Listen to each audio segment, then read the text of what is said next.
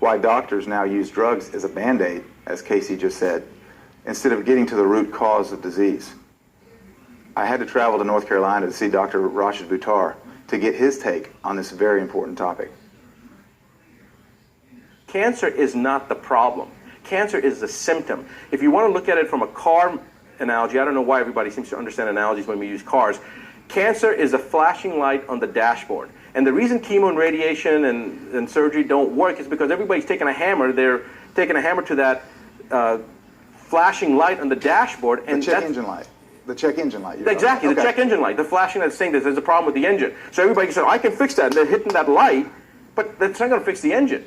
So my question to patients is very simple.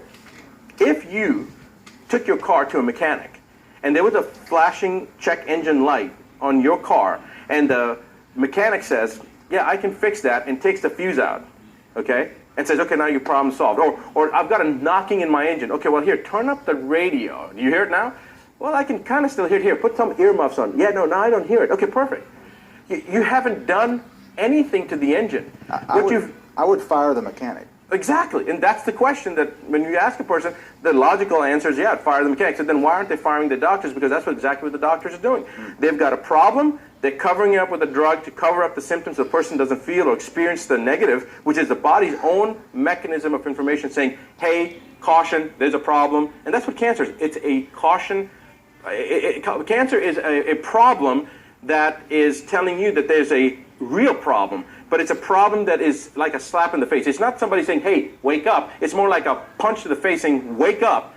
But people sometimes don't get that, and they start to panic, and they do more worse things for their own body, i.e., and we can go into the details of this if you want to, but you know what I'm talking about, where they're starting to, radiation is bad for any healthy person. Why? Because it suppresses the immune system and causes DNA adducts to form so that cells mutate and then you end up getting cancer. So now somebody has cancer, what do? You put them into that very same thing that you know is going to cause cancer. Now, radiation is supposed to kill the cancer, that's the philosophy, but then you're also going to cause more mutation to the healthy cells and cause a worsening of the effect. It's like pouring gasoline on a fire. So in the next 20, 30 years, this will be the first mainstay approach. And in fact, if it was the first mainstay approach that doctors would use, we wouldn't be in the healthcare crisis that we are not only in our own country, but internationally speaking.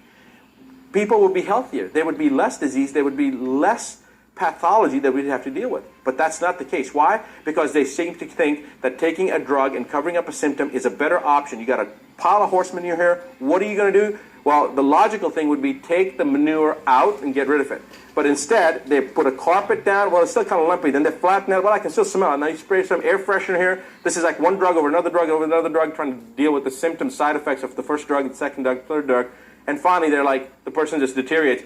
No matter what you say, when you put a carpet over that manure, you spray air freshener, you put perfume out there, you burn a match, whatever the case is, the problem is still there. You've only covered it up. So in other words, you're saying that, and this is, specifically in the treatment of cancer here I'm talking about, conventional methods of treating cancer, which would be the chemo and the radiation and the surgery, they're really the equivalent of taking a hammer and smashing the check engine light, or taking a carpet and covering up the manure, but they haven't really solved the problem. They've just covered up the symptom. Absolutely. In fact, Patrick Quillen, who wrote Beating Cancer with Nutrition, a very good friend of mine, in his book says that 42 to 46% of cancer patients die of cachexia, of malnutrition.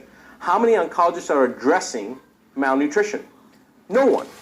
In fact, what do? They give people Ensure, which is sugar. And you know that cancer is an obligate glucose metabolizer. It needs sugar to survive. In fact, one of the techniques is to reduce the amount of sugar so that it can't feed the cancer. But they're actually giving gasoline to the fire and then expecting to put out the fire. You can't put out a fire with gasoline.